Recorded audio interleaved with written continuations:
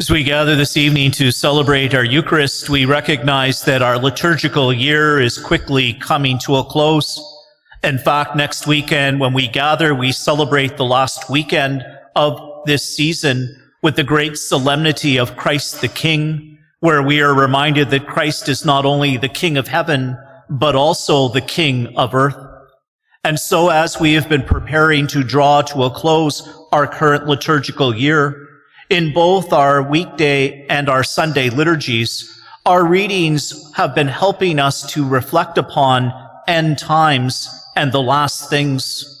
We are called to be able to be mindful of these realities in the midst of our daily lives, thinking about death and judgment, heaven and hell. For the reality is that oftentimes we feel uncomfortable and at ease thinking about our own mortality or the mortality of our loved ones.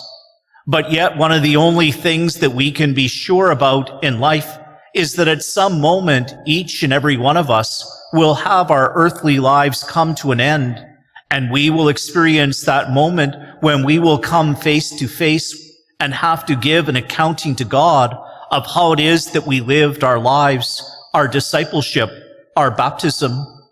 And therefore, the Church encourages us to be able to reflect upon these realities.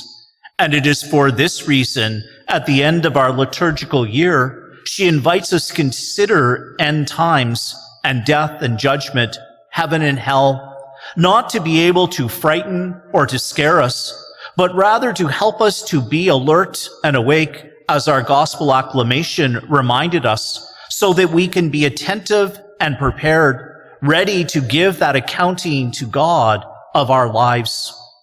I suspect that many of us know people that have had some type of near-death life experience. Perhaps they were in a serious car accident and somehow miraculously came out unscathed.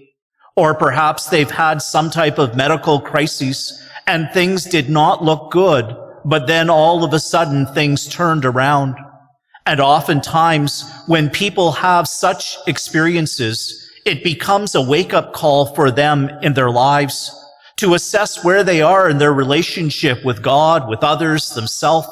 And oftentimes, they begin to make life-changing decisions to be more alert and attentive to the things that are in their midst. For they oftentimes recognize that they have either procrastinated in the good that they are called to do, or they have failed to be able to live in right relationship as they desire. And therefore those moments become a clarion call to be able to change how it is they live, how it is they love. But ultimately we recognize that for most of us, we will not have those wake-up calls. And so we have to ask ourselves, is it not also an opportunity, though, for us, as we conclude this liturgical year, to take a look into our own hearts and our own lives of how it is that we are living in relationship with God, with others, our true self, of how it is that we are preparing for the end of our earthly lives or the end of the age whenever it comes. And therefore, we are called to pay attention, to be alert. Certainly we know that since the beginning of time, there have been various prophets of doom and gloom try to predict when the end of the world is going to happen. Oftentimes they say when this thing happens or that thing happens, the end is going to be near. Others who have lived through the experiences of wars, or we ourselves who have lived through things like 9/11 or the pandemic, have often heard that perhaps the end of the world is near. And yet the reality is we are still gathered here this evening. We do not know when Jesus will return again in glory, when the end of the age will happen. In fact, even in the gospel, Jesus says, neither the angels nor himself knows when he will return again in glory. Only his Father in heaven does. And therefore, Jesus encourages his disciples then, and still us today, to be able to live in the present moment and to be able to ready and prepare ourselves for whenever our earthly lives or the end of the world comes, so that we will not be caught off guard or ill-prepared. And certainly our scripture readings today, especially from the book of the prophet Daniel, as well as this chapter from St. Mark's Gospel, invite us then to reflect upon how it is that we are living in this present age, how it is that we are living our lives of discipleship. For oftentimes when we look at how it is that we live and relate to others, there can be a tendency within some of us that we are either trapped in the past or we are fearful and frightened about the future. And when we live in either of these two moments, it prevents us from being fully alive and being able to live in the here and now. Oftentimes when we live in the past, we either live in a sense of regret of the things that we did or didn't do, or we live in a sense of nostalgia of what the good old days were like. And as a result of that, it prevents us from seeing what is happening in the here and now. At other times, there can be a tendency within us to simply focus on the future. And as we focus on the future, at times it can cause us a sense of fear and anxiety of not knowing what is happening, or a sense of optimism that things are going to get better one day. And as a result of that, we do not live in the present moment.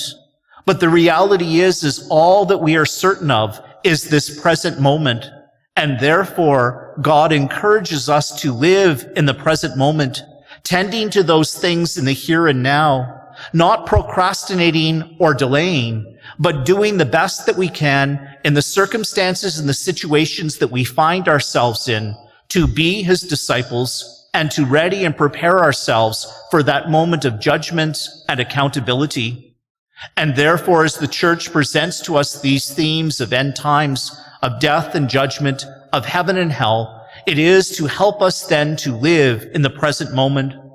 How is it that we are then called to live in the present moment so that we will be alert and awake? Well, ultimately, it is an examination of how it is that we are living in relationship with God, with others, and our true self. That as we take a look at our relationship with God, are we being attentive to living and growing in our spiritual lives? Are we taking time each and every day to grow in that relationship through prayer, through silence, through contemplation? Are we celebrating regularly and frequently the sacraments, especially that of Eucharist and reconciliation, that become our lifelines and the source and the summit of our lives? As we tend in the here and now to our spiritual lives, it helps us not only to be more alert and attentive to the presence of God, but then it helps us to be alert and to be present to those that are in our midst, whether they be our family, our friends, our neighbors, the strangers that we meet in the midst of life journey, and how it is that we are responding to God's great law of love, being able to love them as our brother and our sister. And so then living in the here and now, in this present moment then, invites us to take a look at whether or not we are holding on to past hurts or grudges with family or friends, whether or not that it is holding us back from living our best selves. Living in the present moment then helps us to recognize that perhaps we ourselves may have to ask forgiveness to our family and friends for things that we have said or done so that we can restore that relationship. Living in the present moment invites us then to be able to express our love and our gratitude to those that are important to us in life, and using those as opportunities to build and to deepen those relationships. Living in the here and now invites us to be able to respond to the needs of those that are before us, not when it is convenient, but in the midst of the here and now, being willing to roll up our sleeves and to assist whenever and however it is that we can. And so the challenge to live in the immediacy of the moment is an invitation for us to grow in our relationship with God, with others, and our true self.